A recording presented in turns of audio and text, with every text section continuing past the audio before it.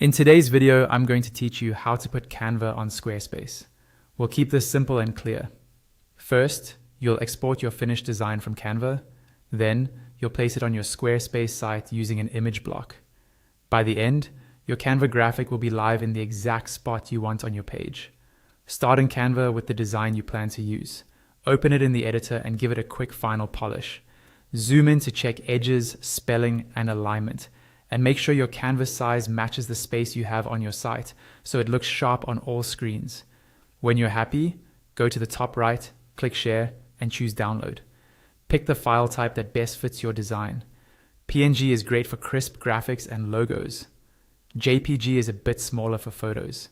And if your design is animated, GIF is typically the safest format to use with an image upload. Under the file type, adjust any available settings, like size or compression, to balance quality and load speed. Then click Download and wait for the file to save to your computer. Now head to your Squarespace account. Open your site and click Edit Site in the top right. You'll see a larger preview of your website. Next, click Edit in the top left to enter the page editor. Navigate to the exact area where you want your Canva design to appear. Hover over that section until you see the Insert controls, then choose Add Block. From the panel that appears, select Image. Squarespace will place an image block, which you can drag to reposition until it sits exactly where you want it.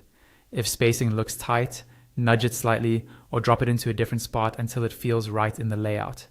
Click the plus icon within the image block and select Upload File. Your computer's file browser will open. Locate the Canva file you just downloaded, select it, and press Enter. Give Squarespace a moment to upload the file. While it processes, avoid clicking away so it completes smoothly.